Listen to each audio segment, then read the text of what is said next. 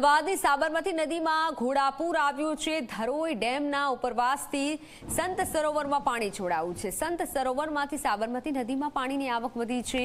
સાબરમતી નદીમાં 60,000 ક્યુસેકથી વધુ પાણીની આવક થઈ। સુભાષ બ્રિજ રિવરફ્રન્ટ પર ગંભીર સ્થિતિની જોવા મળી છે। નદીના ધસમસતા પાણી વોકવે પર ફરી વળ્યા। બુલેટ ટ્રેન પ્રોજેક્ટ માટે બનાવેલા પાળાની ઉપરથી પાણી વહી રહ્યા છે। બુલેટ ટ્રેન પ્રોજેક્ટની મશીનરી તણાઈ ગઈ। સુભાષ બ્રિજ રેલવે ટ્રેક નીચે ભયાવહ નજારો જોવા મળ્યો। પાણીની માત્રા વધી રહી છે।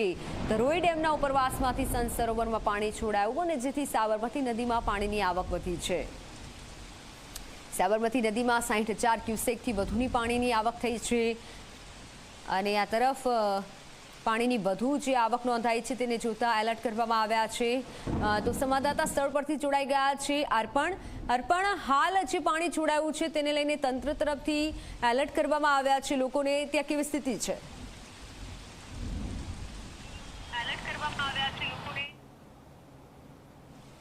તો જે રીતે ધરોઈ ડેમના ઉપરવાસમાં એટલે કે રાજસ્થાનમાં ખૂબ જ વધુ વરસાદ પડ્યો, જેની આવક ધરોઈ ડેમમાં થઈ અને ધરોઈ ડેમમાંથી લગભગ 1.5 લાખ ક્યુસેક કરતાં પણ વધુ પાણી તબક્કાવાર છોડવામાં આવી રહ્યું છે। એટલે જે પાણીનો કુદરતી પ્રવાહ છે, ધરોઈ ડેમમાંથી આવતું પાણી ગાંધીનગરના સંત સરોવરમાં આવે છે અને સંત સરોવરમાંથી આ પાણી જે છોડવામાં આવે છે તે સાબરમતી નદીમાં આવે છે। એટલે ગાંધીનગરના સંત સરોવરમાંથી 60,000 ક્યુસેક કરતાં વધુ પાણી જે તબક્કાવાર ગત મોડી રાતથી છોડવામાં આવી રહ્યું છે તેની સીધી અસર અમદાવાદની મધ્યમાંથી પસાર થતી જે સાબરમતી નદી છે તેનામાં જોવા મળી રહી છે। અને આ જે એક્સક્લુઝિવ દ્રશ્યો આપણે આપણા દર્શકોને બતાવી રહ્યા છે, આપ જોઈ શકો છો સુભાષ બ્રિજ રેલવે ટ્રેક કે જ્યાં બુલેટ ટ્રેન પ્રોજેક્ટનું કામ પણ ચાલી રહ્યું છે, ત્યાં આ કામગીરી માટે વિશાળ પાળો બનાવવામાં આવ્યો હતો। એટલે સામેની તરફ આપ જે ધસમસતા પાણી જોઈ રહ્યા છો તે પાળાની ઉપરથી વહીને આવી રહ્યા છે અને તે બાદ અહીંયા નીચે તરફ આવી રહ્યા છે। એટલે સૌથી ગંભીર દ્રશ્યો કેમેરા પર્સન બતાવે છે જમણી તરફ કે જે સાબરમતી રિવરફ્રન્ટનો વોકવે છે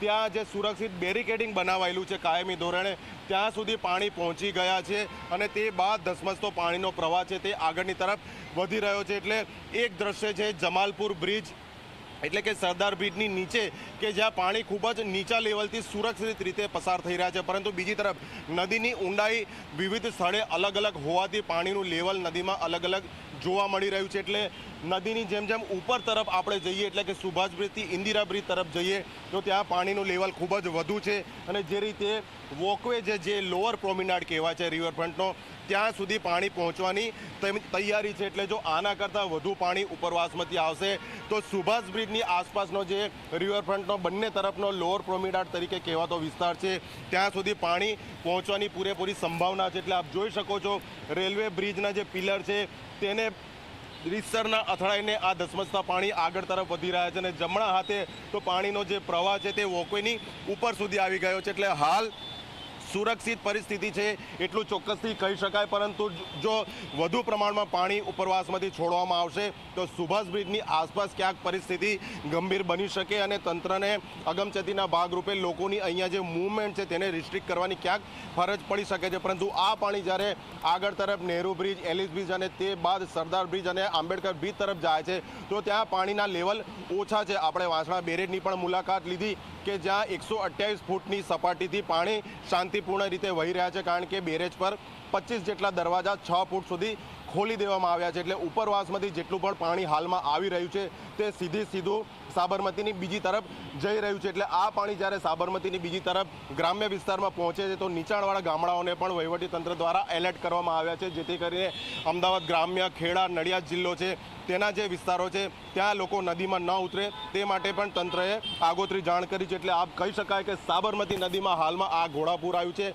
જેના એક્સક્લુસિવ દ્રશ્યો સુભાષ બ્રિજ વિસ્તારમાંથી આપણે દર્શકોને બતાવી રહ્યા છે। મિત્તલ, બિલકુલ અર્પણ, આભાર માહિતી બદલ। તો હાલ પાણી વધારે છોડાયું છે જેથી કરી લોકોને પણ સુરક્ષિત રહેવા માટે કહેવામાં આવ્યું છે।